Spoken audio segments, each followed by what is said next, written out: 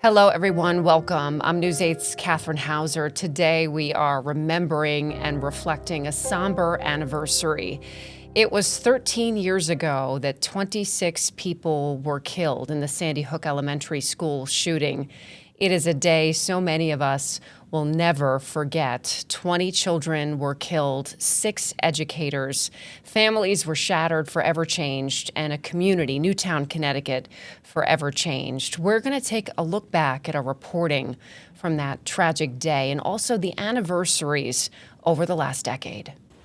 We again are awaiting, kind of watching along with you, awaiting more information. What we have heard, what the Associated Press, what ABC News and others are reporting is that as many as 27 people were killed inside Sandy Hook Elementary School this morning, and as many as 18 of them are children, kindergarten through 4th grade, ages 5 to 9, essentially. It's just an unthinkable chain of events that's happened here in Newtown.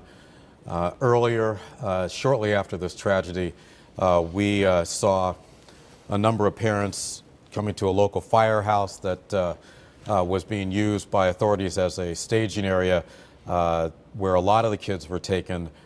Initially, after this happened, they were led there single file by the teachers and police, and that's where a lot of very emotional reunions happen. Yeah, the emotion changing now at that same location of that firehouse. News 8's Ken Pierce has been outside there reporting now that it seems to be the place where grief counselors are gathering. He saw a priest there. He said he saw members of the clergy, as well, and seems to that people who are going there or who are being brought there now are getting at least the first wave of grief counseling as they find out the worst information possible. In those first few moments Friday morning, the Sandy Hook Fire Department became a safe haven for children and teachers. Yeah, their firefighters ran in the other direction, trying to help out the injured. News 8 Stephanie Simone sat down with the fire chief there. She's live in Newtown with his first-hand account. Stephanie? Darren, and of course, fire crews are used to fighting fires, but in this instance, it was their EMT training which kicked into high gear. And of course, now they're still continuing to serve their community 24 hours a day while others are reaching out, trying to help them. It's a call he'll never forget. Sandy Hook Fire Chief Bill Halstead says he was told there's a shooting at the school, and it's not good. I happened to be here when a call came in. Actually, I heard a lot of sirens. He came out of the firehouse and saw an EMT motion for help with a wounded woman. And the lady had a hand injury, and I think it was her thigh, and she wanted me to help her get out of the car. So I helped the lady get out of the car, and we put her on the stretcher and got her in the ambulance. They set up triage for more victims. We were set, and we got to treat one lady. Another lady came out with a gunshot wound. The survivors filed out of the school. His ex-wife was one of them who hid in a closet for hours, but they waited on the walking wounded. No one came. I got word out that we would, no one else would be coming out of the building. The families were told the horrific news at the firehouse. A memorial reminds him steps away from their door. Despite his hard work and his volunteer staff, he says the true heroes are the teachers. They shielded their children. Sometimes it worked. Unfortunately, sometimes it didn't. But the big thing was getting those kids out of school in an orderly fashion. The other heroes, he says, are the police who selflessly went in uncertain conditions. If this guy got out with that gun, continued through the school, without these guys going in there, could have been burying 40 or 50 people. He says the outpouring of support is overwhelming from his small community of Newtown, the state, and the world. It's unfortunate that you get all this attention, but it's really nice that there's people all over the country and the world that are willing to help you. And support is coming in so many different ways. Calla Lilies from Plymouth, England, 60 cakes. Someone brought the house 60 cakes. He also said that Breezy Point Fire Department on Long Island, they got hit really hard by the Sandy hurricane, and they reached out asking what they could do. Now, this ribbon I'm wearing, the fire chief, his family, they're making them in honor of the families, and all of the firefighters were wearing them today at the firehouse. We're live in Newtown tonight. Stephanie Simone, News 8. We turn now to the day's other big story as we pause to honor and remember the 26 children and adults killed at the Sandy Hook Elementary School 1 year ago today. Governor Dannel Malloy says he plans to attend a mass in Newtown and volunteer for a charity today. And like it is for so many of us, it's hard for him to talk about it. The governor got emotional when asked about it at a news conference. You know what, I'm trying to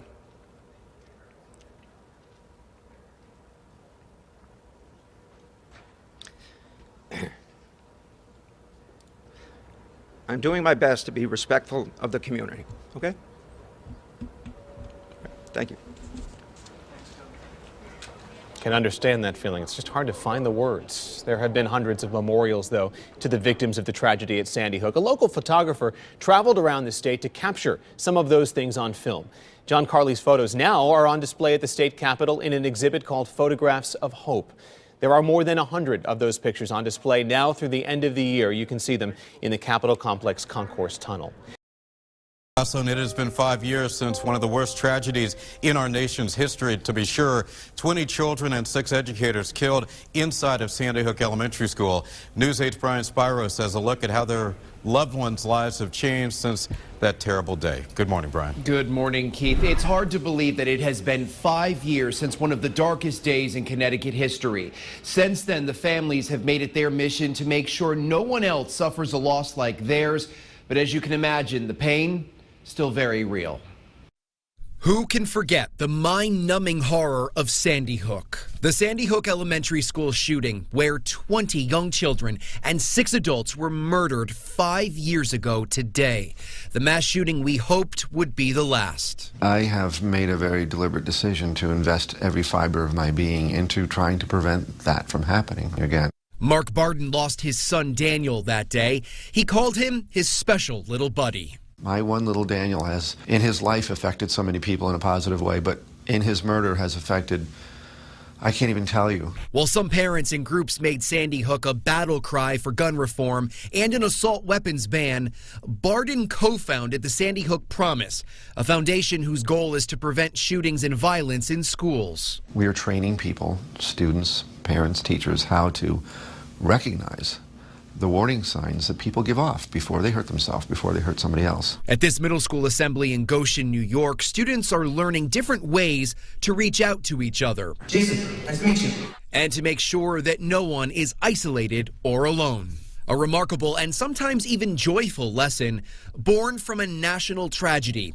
Several loved ones from Sandy Hook have made it their mission. We know that these acts of violence are preventable, and we feel responsible to teach people how to prevent them from happening. Nicole Hockley lost her son Dylan, who she calls her butterfly. Being autistic, he would flap his arms up and down whenever he got excited, which was pretty much all the time. And I asked him once, "Why do you flap?" And he said, "Because I'm a beautiful butterfly." Also killed 5 years ago, Bill Sherlock's wife, Mary, the school psychologist. Since her death, he's been fighting for gun control in her honor. We've already done it. There's been a number of school shootings that we know we've thwarted. I hope she would be very proud.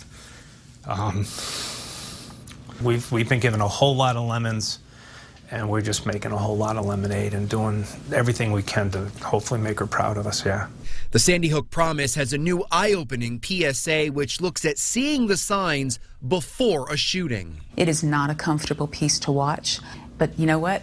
Gun violence isn't comfortable. Also, to commemorate the 5th anniversary of Sandy Hook, Sheryl Crow has written and recorded a very special song to honor those lost, with a message for those left behind to keep going. For Dylan, I will always keep going, and to ensure that more moms and dads out there can continue to hug their kids every single night for the rest of their lives, I will keep going.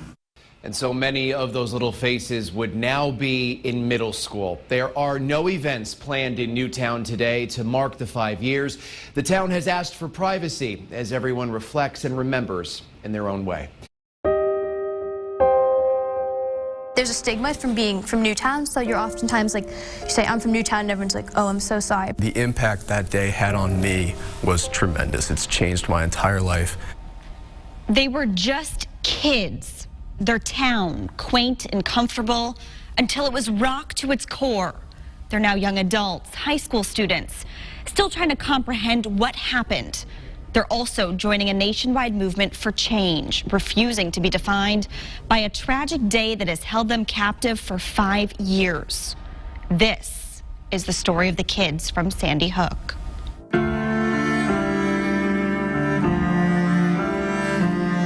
So then I started to get scared because I knew it was like real.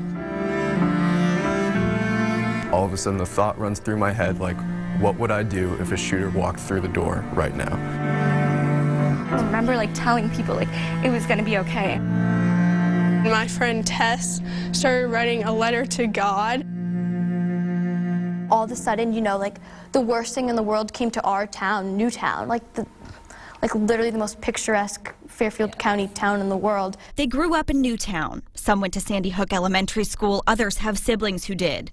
They've all been scarred by the wounds that took 26 lives December 14th, 2012. You can't go a day without thinking like, oh my God, where are these children? Why aren't they with us? Maya, now 16, was in 6th grade that day. She feared she'd lose her best friend, her twin sister, Jenny. Because their lives stopped, and like our lives stopped because of it. They feel a stigma only felt by an intimate group affected by mass shootings. We're part of a club, a really exclusive club that nobody wants to be a part of. Rory, 18 now, is getting ready to go to college where he'll study to become a doctor. People treat you differently, they see you differently. Mary, now a sophomore, says our nation has become numb to the normalcy of gun violence. My teacher, I could tell there was something off. And Emily, the youngest in the group, she's now a 9th grader. So we had to crawl on our hands and knees. She lived through the tragedy at Sandy Hook Elementary School. And I saw someone in black run by, which I'm pretty sure was like a police officer or something. They've all changed, so have their families and their community. It affected the relationships I had with my family. I didn't talk to them as much. I didn't talk to my brothers as much, so I'm not sure exactly what they went through. I've never even really reconnected with them about that day. My family has not shared their stories with each other yet, but we're sharing them with the world. Including an audience of millions at March for Our Lives rallies in our nation's capital. I should have been able to lead a young life where I don't have to worry about getting killed in my school. It wasn't sad that you were from Newtown, it was more like thank you for being here and thank you for, you know, supporting this issue with us. That was days after they walked out of Newtown High for the 17 lives lost in another school shooting, this time in Parkland, Florida. I'm just getting angry now, like very like burning passion, anger, like hatred. Why wasn't the murder of 26 people enough to change the world? They're still just kids, but they've spoken in front of the NRA, rallied outside of gun lobby organizations, and mourned with students from Parkland. Since Parkland happened, between then and now, this is the first time I've accepted what happened. I have never, ever gotten over what happened. I never even cried about it. There's such a long and proud history of gun ownership in this country that the reality is that we can't take away all guns. And I mean, even like it's just not realistic. So we need to find that middle ground. Background checks, like, do you want a criminal having a gun? No, I don't think anybody in America does. And banning bump stocks, the device one person used to kill 58 people and wound 851 others in Las Vegas. No one needs a weapon that can shoot 800 rounds in 1 minute to hunt. They're among the young voices challenging politicians and corporations, and some are already headed to the polls. You know who's taking money from the NRA, and you know who people want to vote out, so it's going to be interesting to see if this actually happens. So I think that right now it's really important for the politicians, one by one, to finally start saying, I'm not taking money, I'm not taking money. They didn't ask for the direction of all of their lives to be changed, and they're angry their childhood was ripped from them, forcing them to grow up before they were ready. Christmas has never been the same in my house ever since then. There's so many injustices in the world, and I think it's just like, this is the one that I feel super passionate about, and it just seems like petty to be thinking about prom. In their darkest moments, they feel guilty they lived, and after every mass shooting, that they didn't do enough. And that night, my brothers came home and her brother didn't. And that bothers me. Yep. Why did my brothers make it home? Why did her brother not? Why, like, do I have a whole family and why does she not? Mm-hmm. Why does this need to keep on happening? Because 21st graders died. Like, you have 6-year-olds, like 6 and 7-year-olds who had their entire lives to live. I just think it's insane how much, like, my life has changed from a gun that never touched my body. Like, I am nowhere near the same person I was before. I want people to never forget us. Like, don't forget my face. Don't forget the faces of the 26 people that died. Don't forget their families. Don't forget our town.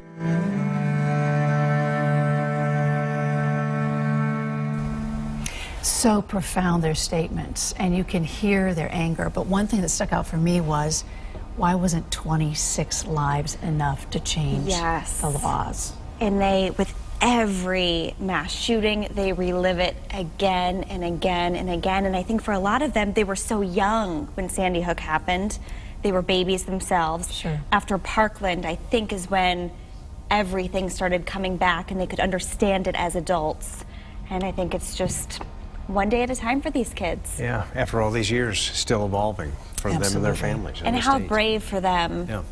to join us in telling their stories. And I think there was something to be said for them getting it out.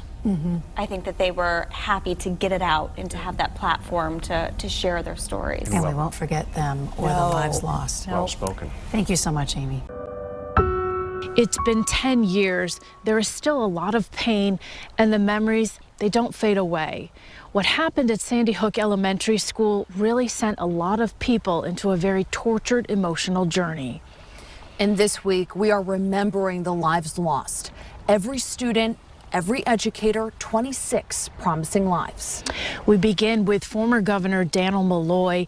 He was the governor during an unspeakable time in our state's history.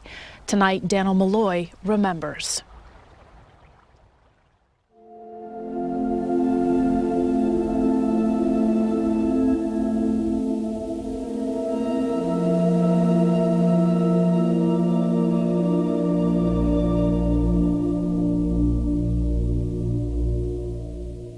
Well, I think about it on a regular basis. You know, I think it's one of those experiences shared that, you know, leaves a mark, you know.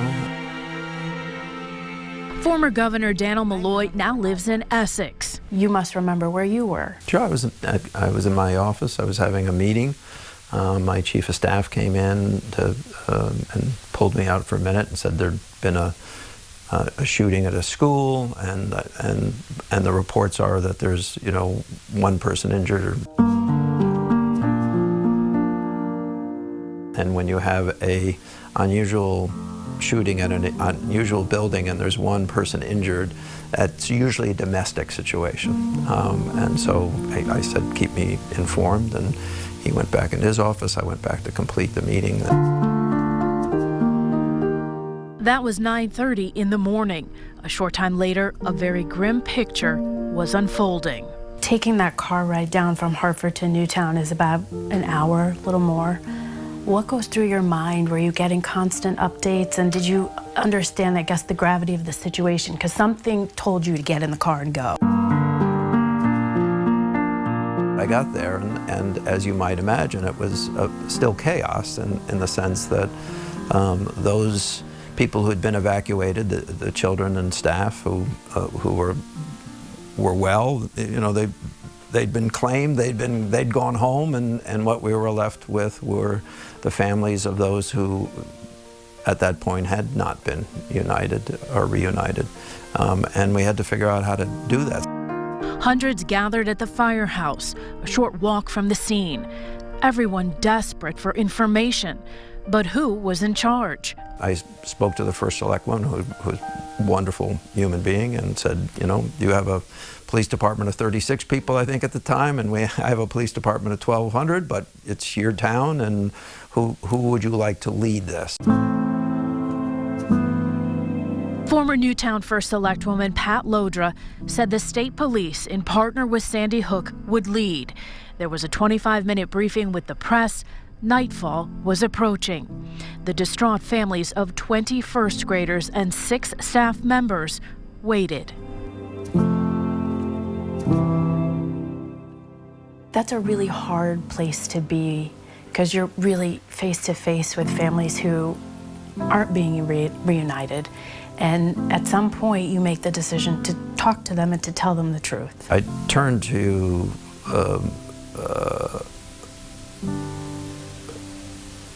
I guess it was the commanding officer of the state police, and I said, well, if in fact we have fatalities, when do we tell people that? And The answer was, well, you know, we don't do that until there's an identification. And so then I started to ask when identification would be made. And it was a long time away. I did make the decision that this was not the way to be treating folks, and that we should share as much information as we had at that time, and we did that. I did that. But how to tell them? Malloy contemplated one-on-one conversations. So I left the firehouse after we had done a briefing and walked across the parking lots to that other building. The other building held this meeting room in the back of the firehouse. It became a safe space. The governor remained in this very room for hours with the families, and then he finally made the call. People just started to surround, you know, me, and I realized, well, there's no way to do this. I knew that doing it en masse was going to be difficult. What I found out was doing it in one-on-one would have been more difficult. Not for me, but for them. Yeah, you can't parade people that way. That must have been one of the harder things that you've had to do in your life. It was one of the most meaningful things I did in my life, and it was certainly a very difficult moment. 10 years later, many say Malloy gave those families an answer when no one else would. Their traumatic journey after the massacre was only just beginning. Former Governor Dan Malloy says that one of the more important actions he took that day was to assign a state trooper to each of the families, not only to protect them, but he also wanted to keep communication lines open. It is hard to believe it has been 10 years since the Sandy Hook school shooting. A lot of healing has taken place. A memorial now stands honoring the victims, giving families a place to grieve. A major issue that still remains, gun violence. It's something survivors of that awful day are still pushing to change. News 8's Eva Zamaris and Jody Latina continue our special Sandy Hook 10 years later. The statistics are troubling. According to the Sandy Hook Promise, guns are now the leading cause of death among children nationwide. And survivors of mass shootings are among those leading the charge to address this. They don't want anyone to experience what they've lived through. I spoke with a survivor of the tragedy here at Sandy Hook, how she's turned her pain into purpose to help others.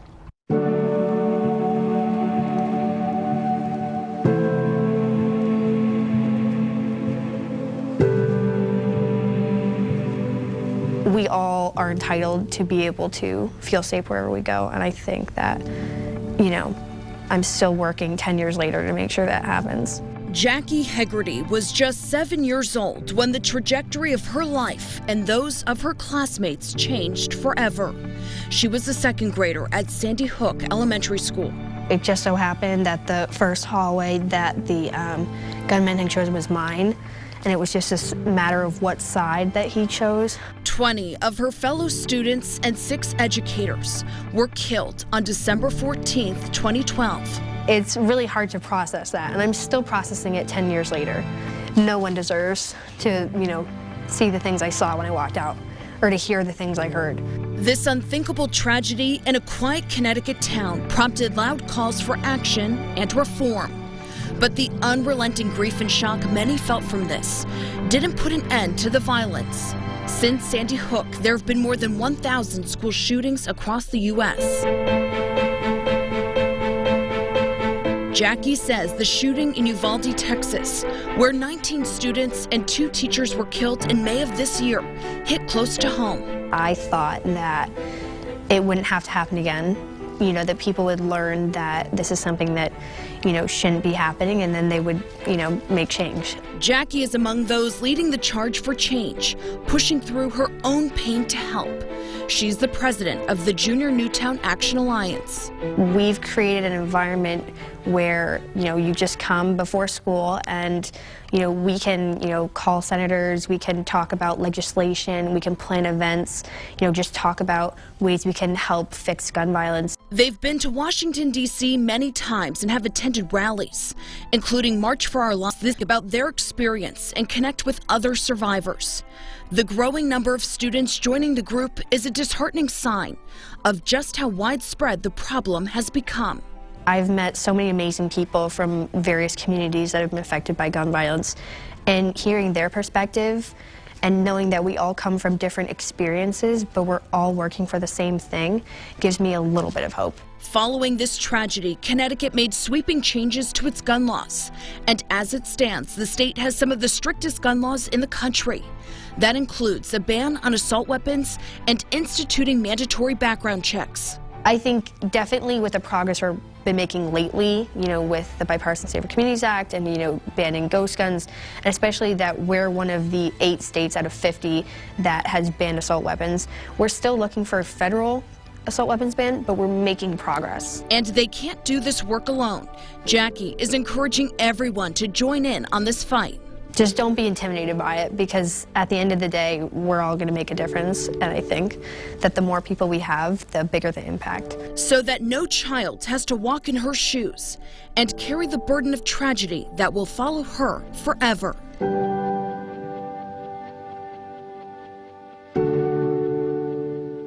And Jackie says you can start small. Call your local leaders, attend an event or rally. Let your voice be heard. Back in 2012, Rob Sibley's youngest son was in the 3rd grade at Sandy Hook Elementary. His wife Barbara had gone to the school that morning, December 14th, a regular sunny winter day. The parking lot was full. And as she arrived, it looked like a regular school day. However, there was a car parked out front. It was shortly before 9:30 in the morning. Little Daniel forgot his homework. Her hope was to be able to get to the classes before assignments were due. But the clues in front of her did not add up as she approached the front door. She realized that there was glass on the ground, and she figured that someone had thrown a rock and that something had happened. But as she arrived, she heard the popping sound and thought, oh, am I hearing fireworks going off? Barbara and another woman hid. She frantically called Rob. And the phone call basically went, I love you. There's a gunman at the school. Tell the boys I love them, and hung up. What he would later find out is his wife appears to have come face to face with the gunman. She has a memory of Adam coming through the area. At that moment, it's split-second timing. So whether she has now envisioned, the danger, or that the real present danger at that moment kind of made that happen, her memory still makes it a very frightening situation. For reasons unknown, his wife was spared. Whether it was a moment where one of the teachers called out and to take attention away, or whether it was just part of if you can call it a plan, she was spared. Sibley, as a first responder, was called to the scene. He was on the other side of town, a nearly 10-minute drive away. As a first responder, we really compartmentalize how we're going to react to a scene in order to be not one of the victims, but one of the helpers. Once the scene was secured, he and his wife were reunited.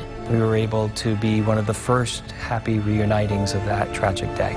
The families of the 26 souls taken that day never experienced a reunion. A decade later, their unique journeys have ebbed and flowed with the seasons.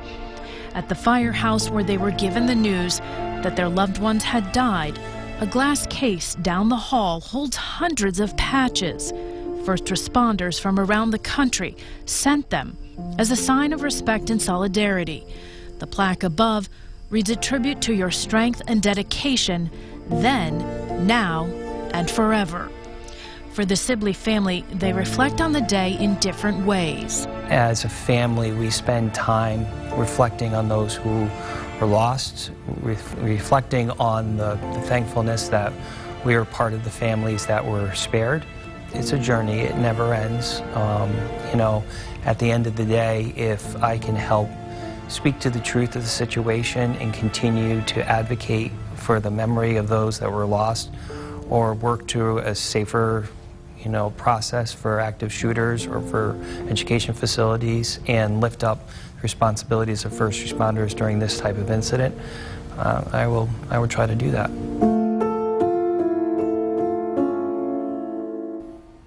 His son Daniel is now in college, and his other children, twins, are in high school.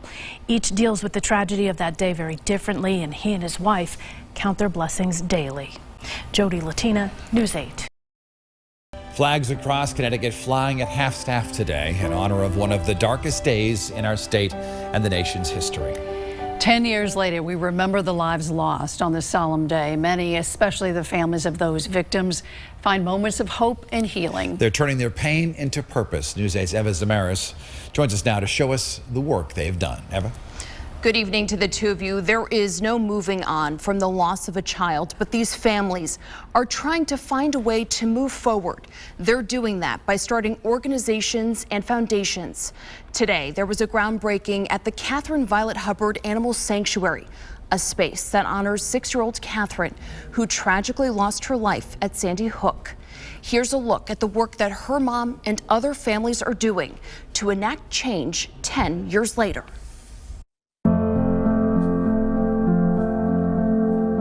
Never stop missing my little Daniel and the incredible sweetness that was his life. She believed that whatever she put her mind to, whatever she could envision, could come true. He noticed the sunrise on the last morning of his life. He said, "It's going to be a beautiful day, Dad, and look at the beautiful sunrise and how our Christmas tree lights are reflecting in the window." And I took a picture of that sunrise that morning. Shortly thereafter, I took him to the bus.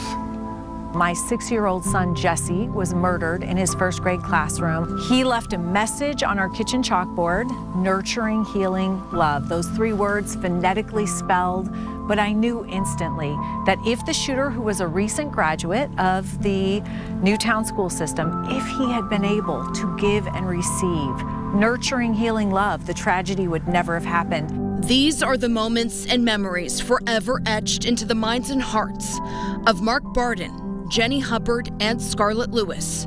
They lost their children, Daniel, Catherine, and Jesse, at Sandy Hook Elementary School on December 14th, 2012.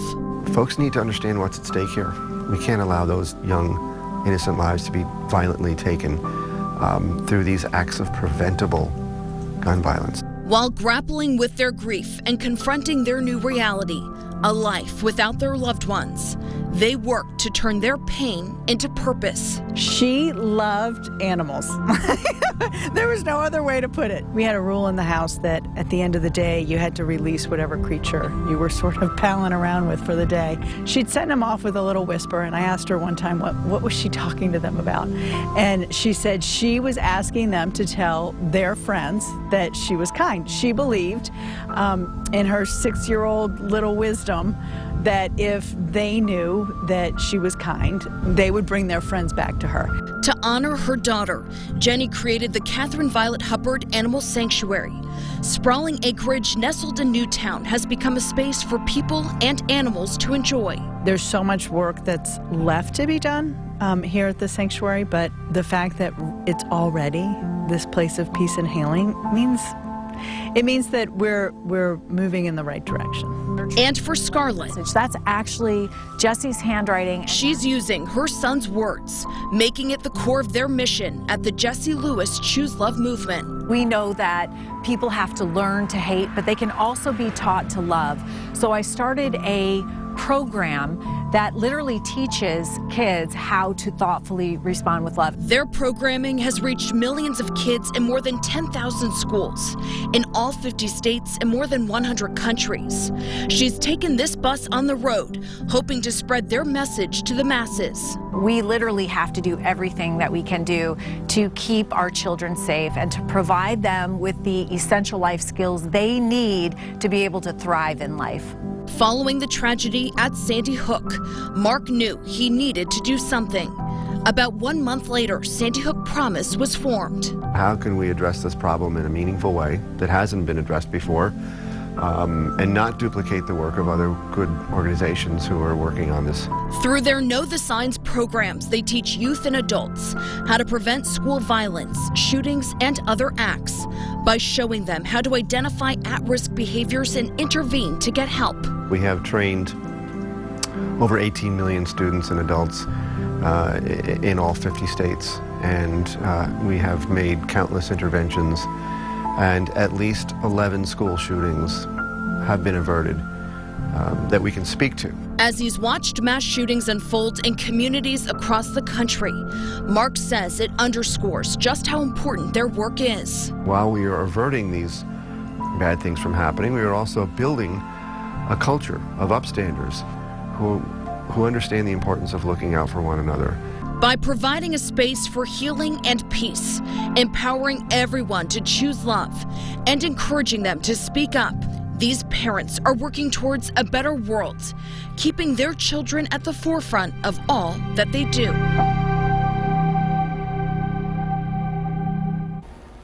And these are just some of the organizations that families have created in the wake of Sandy Hook.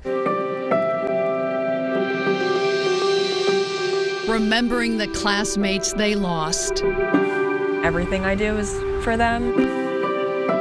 On a day they should have shared. We will be walking that stage knowing that they're missing. The 2024 Newtown High School graduates honoring the 20 students tragically taken. I love my friends and I lost them. And making plans for the future. There should be 20 more seats filled at tonight's graduation in Newtown. 20 more seniors walking across the stage to receive their diploma. Their absence is a painful reminder of the tragedy at Sandy Hook. News 8's Eva Zamaris spent time with 4 seniors who shared how they're honoring their classmates and their friends. Graduating from high school is a big milestone in anyone's life. I'm very excited to walk across that stage. This is, probably the biggest moment of my life. But it's a milestone and a moment some won't have.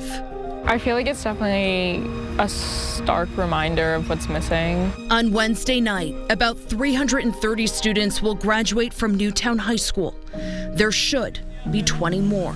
Their first grade classmates were killed at Sandy Hook. What they decided on was having a moment of silence for the children and educators, and they're gonna read off the 20 kids' names tomorrow. We are wearing like a green ribbon with the date of the shooting written on it in white script and like a little message. Parents like Scarlett Lewis made the decision to have their children part of the yearbook.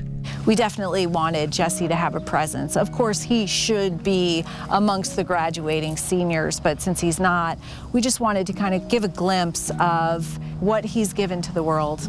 And for seniors like Grace, Lily, Ella, and Matt, it was important to have them part of graduation. Having them remembered is a really nice way to keep them with us because they are still a part of our class. They are survivors of the worst mass shooting in Connecticut history. The popping started, and we heard the loudspeaker come on with our principal on it, basically yelling for us to get to our safe spots. I don't think as a 6-year-old you would ever imagine like a bad guy coming in with a gun. I just saw absolute chaos in the parking lot with emergency vehicles everywhere, parents everywhere, police everywhere. I mean, it was like a scene from a movie. We just marched down to the firehouse, stood around, and were collected by our parents eventually, to which we were all basically told, we would never see our friends again. For 11 years, these students and families have turned their pain into healing and purpose, creating organizations such as the Jesse Lewis Choose Love movement, which has reached millions around the globe. Can't believe that it's been 11 years, and I can't believe that he would be 18 and graduating from high school. But I think about also, and I kind of balance that out with how much we've done for his legacy. And becoming fierce advocates for change. Anyone watching that on the news should have seen 20 kids dead in their classrooms and thought stuff has to change overnight. If we had taken action when we should have, my friends would still be alive. And I think that's the most upsetting part. the people from Uvalde be alive, people from Parkland be alive, people from Columbine, from Las Vegas. People try to make it a political issue, and it really shouldn't be, just because no person should have access to such a military-grade weapon going into schools and other public spaces. They've been active in the Junior Newtown Action Alliance, hoping to combat violence and to save lives. Meeting with Vice President Kamala Harris just last week. Her choosing to speak to us and wanting to hear from us is just so, like, special. You know, it makes you feel seen. As they embark into this next chapter of their lives, they say this work will only continue. It was like, I have to do something meaningful out of this, or just meaningful with my own life, because they didn't get to do so with theirs. As their mission doesn't end when they leave for college. If you want to forget about it, you're able to do that, but you have to remember there's a whole group of people who can't forget about it. And that group's only growing. I feel like this is going to be something that I want to keep doing for the rest of my life. I want to keep fighting for this for the rest of my life. Ann and Dennis, graduation is underway as we speak, and we really thank these students for taking the time to sit down with us. We continue to reflect and remember the lives lost in the Sandy Hook school tragedy that happened 13 years ago. Many families directly impacted by the events of that tragic day. And some of them have turned pain into purpose, and that includes Nicole Hockley. She is the CEO and co-founder of Sandy Hook Promise. She is also the mother of Dylan Hockley, who was killed in that tragedy in the Sandy Hook School elementary shooting. Nicole, thank you so much for being here and carving out time to speak with us today. Oh, thank you for having me. I appreciate the opportunity. First, I want to talk about Dylan first and foremost, and what comes to mind. As soon as I think of Dylan, I just think about his laugh. I know every mom is biased and thinks her child is the most beautiful and has the most perfect laugh. And Dylan just had a super infectious giggle. And sometimes in my dreams, I can still hear him laughing. And that is something that I will always treasure and think about him. He had a lot of joy in his short life, a lot of joy and happiness, and was really just the glue that held our family together. So. You have taken unimaginable loss and turned it into action. And I'm wondering, how do you find the ability to keep going and keep pushing, even on the darkest days or most difficult days? Yeah, I won't lie, it can be really hard because the work that I've chosen to do, while it is a legacy for Dylan and others, and it's about protecting the future, it's very re-traumatizing for me on an ongoing basis. However, I don't think about Dylan, the way Dylan died so much anymore as the way that he lived. And my work is fueled by my love for him and for other kids, and that knowing that we need to come together to create safer conditions where school shootings are not an experience for them, where the fear of school shootings aren't an experience for them. So my work is fueled by love and hope and action, because we've seen such positive change in terms of the work that we're doing, results that have saved lives. Let's talk about that. A lot of people know Sandy Hook Promise. Can you sort of reestablish the mission? And has it changed in 13 years? Can you walk me through that? No, the mission of Sandy Hook Promise has stayed exactly the same since our originations, and that is all about creating a future where there are no school shootings, where every child is safe from gun violence in their schools, homes, and communities. The way that we've done that has changed a little bit and has adapted over time in terms of the programs that we have provided at no cost to schools across the country, or the legislation that we have drafted at a state or federal level. But our core vision, our end state, a future with no school shootings, a future where kids are safe, that has been the same since day one. And that is what we're going to continue to do until we have reached that vision, because it is within our reach when we know what the solutions are and how to implement them correctly.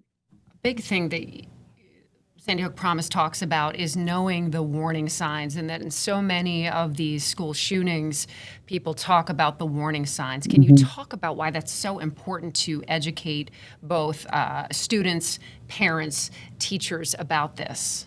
Absolutely. The vast majority of school shootings and mass shootings in general, or suicide, there are warning signs that precede them. That could be leakage of plans. That could be demonstrating the inability to regulate emotions, or to say, I'm going to take revenge against someone, or, you'd be better off without me. Things like that.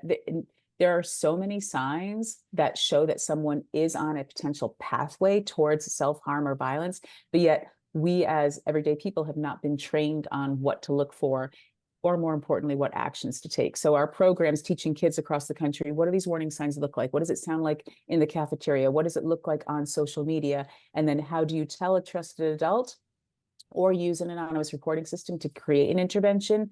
This is super important because it's not about reacting to imminent danger. It's about how do we ever prevent someone from getting to that stage? How do we work upstream so that we're creating early intervention before it ever tips into a crisis? And that's what Sandy Hook Promise was built to do. And that's what we focus on teaching young people and adults every single day. And before we go, where can people learn more about that mission? Go to our website, sandyhookpromise.org, make the promise to keep kids safe from gun violence, and learn more about the warning signs and how to have conversations and bring our programs to your schools. Nicole Hockley, co-founder and also CEO of Sandy Hook Promise, we really appreciate your time today. Thank you. Thank you.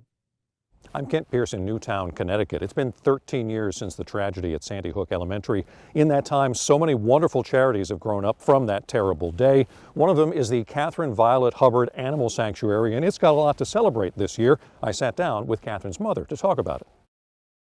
What is this time of year like for you and for Newtown? Yeah, I think that I think there's a collective hush that sort of settles over the town.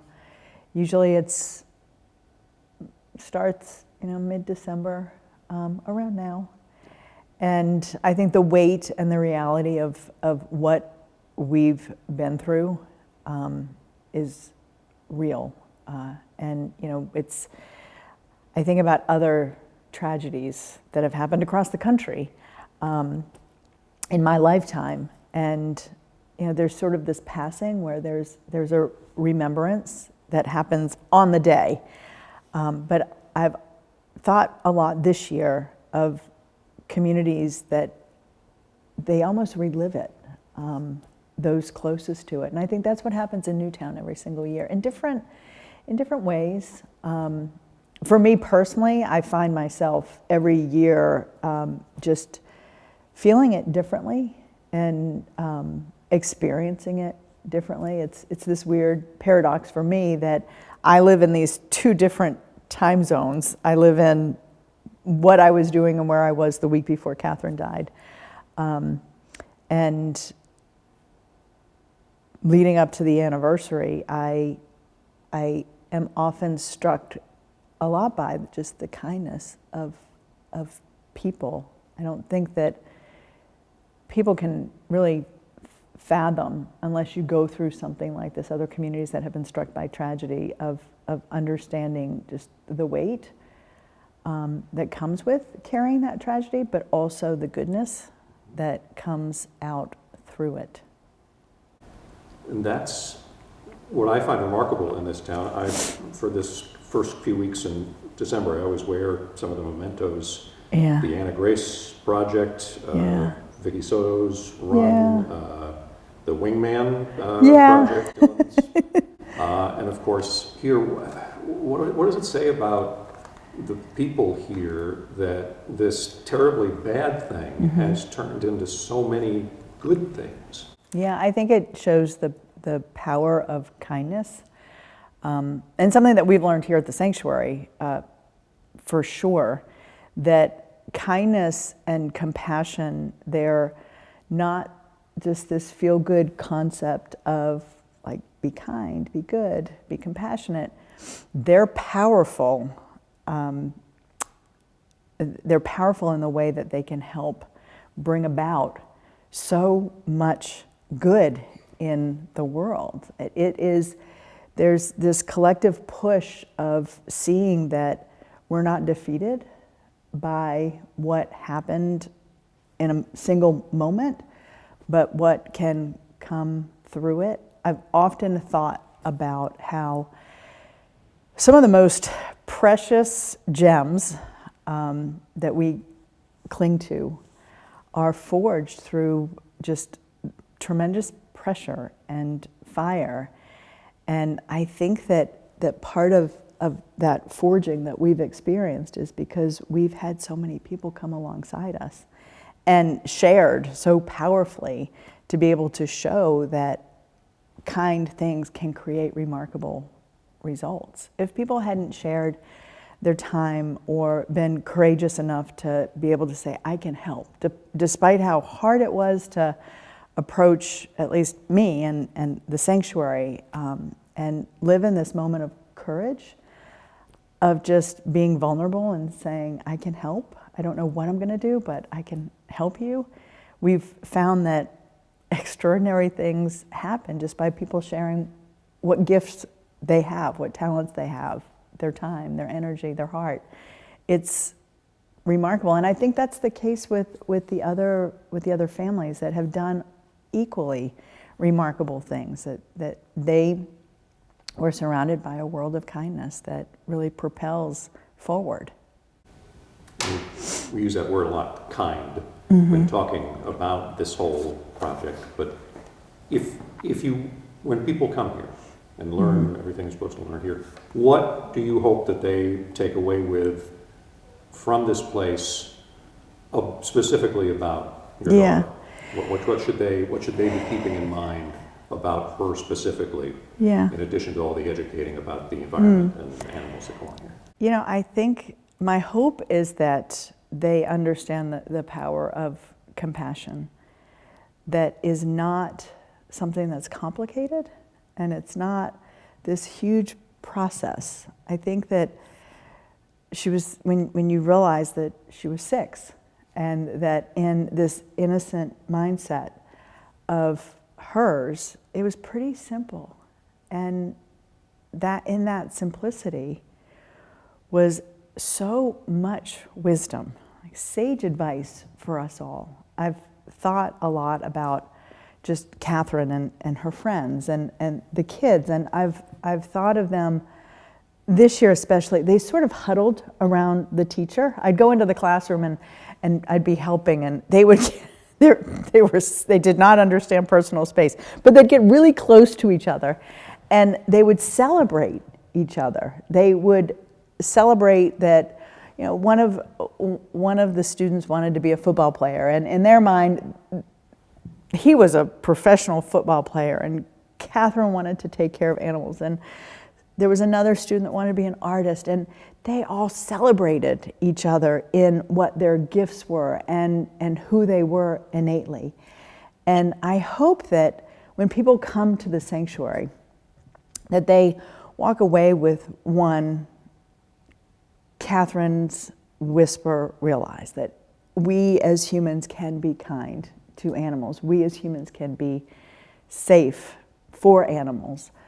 But more than that, that we as humans need to be more empathetic towards each other, that we have to take that lesson and we have to celebrate each other for who we are and not just, you know, be divisive and be in a place of judgment for what we're not.